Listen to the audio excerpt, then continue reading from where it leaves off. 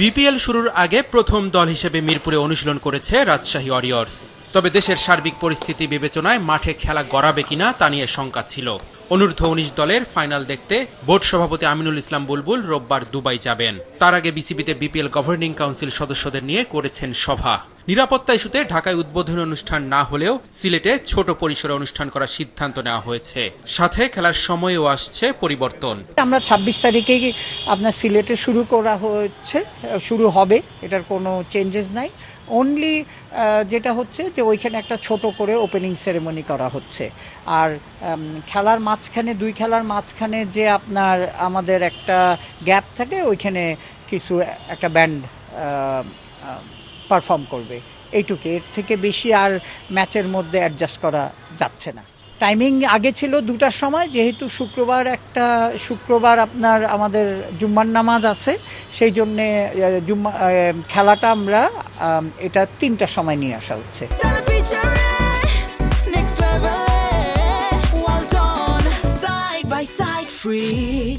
দেশের বর্তমান অবস্থা নিরাপত্তা নিয়ে শঙ্কিত বিপিএলের দলগুলো ভরসা রাখতে চায় বিসিবির ওপর। যেসব বিদেশি ক্রিকেটারের সাথে চুক্তি করেছে রাজশাহী ওয়ারিয়র্স, তারা সঠিক সময়ে বাংলাদেশে আসবেন, নিশ্চিত করেছেন দলটির কোচ।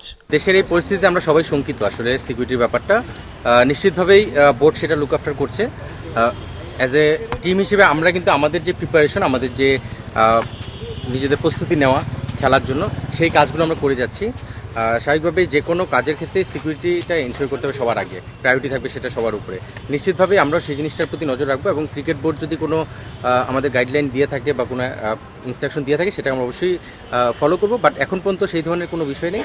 আমরা চেষ্টা করছি আমাদের সিকিউরিটিটা আমাদের সাইড থেকে যেটা নিজেরা সেফটিটা ইনশিওর করার, সেটা করার মাধ্যমে আমরা এগিয়ে যাচ্ছি। আমরা 23 তারিখ সিলেট যাচ্ছি। স্বাভাবিকভাবে 22 তারিখে আমাদের 6 জন ফরেন প্লেয়ার 22 তারিখে আমাদের সঙ্গে ঢুকে যাবে, বা 23 তারিখ সকালেও যদি আসতে পারে। আমরা 23 তারিখ বিকেলের ফ্লাইটে আমরা সিলেট যাচ্ছি। আমাদের 6 জন ফরেন প্লেয়ার আমাদের সঙ্গে একসঙ্গে ডোমেস্টিকে ফ্লাই করবে। সো ফরেন প্লেয়ারের কাছ থেকে এখন পর্যন্ত আমরা সব গ্রিন সিগন্যাল নিয়ে আগাচ্ছি। নিরাপত্তা ইস্যুতে সরকারের কাছ থেকে সবুজ সংকেত পেয়েছে বিসিবি, তাই যথাসময়ই হবে বিপিএল। গুজবে কান দিতে নিষেধ করেছেন বিপিএল গভর্নিং কাউন্সিলের সদস্য সচিব। মিটিংয়ে এটা নিয়ে একটা আলাপ হয়েছে। আপনারা জানেন যে বাংলাদেশে সব সময় হাইয়েস্ট লেভেল সিকিউরিটি দেওয়া হয়। আপনি অন্যান্য দেশে গেলেও দেখবেন যে এরকম সিকিউরিটি, ভিজিটিং টিম বলেন আর বিপিএল বলেন, আমরা সর্বাত্মক সাহায্য আমাদের সব এজেন্সি বলেন এবং যে সিকিউরিটি এজেন্সি বলেন আর সিকিউরিটি মানেন পুলিশ, র্যাব, আর্মি, সবার থেকে আমরা কিন্তু সবসময় সর্বাত্মক চেষ্টা করি, পাইও। সো এইটার আপনার এটা এবারও সেম ওরা আপনার সাপোর্ট দিবে। এখন পর্যন্ত কোনো শঙ্কা নেই।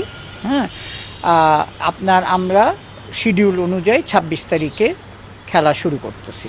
গত বিপিএলে ২৮ কোটি টাকায় বিক্রি হয়েছিল টিভি সত্ত্ব, তবে এবার তা বিক্রি হয়েছে মাত্র ১২ কোটিতে।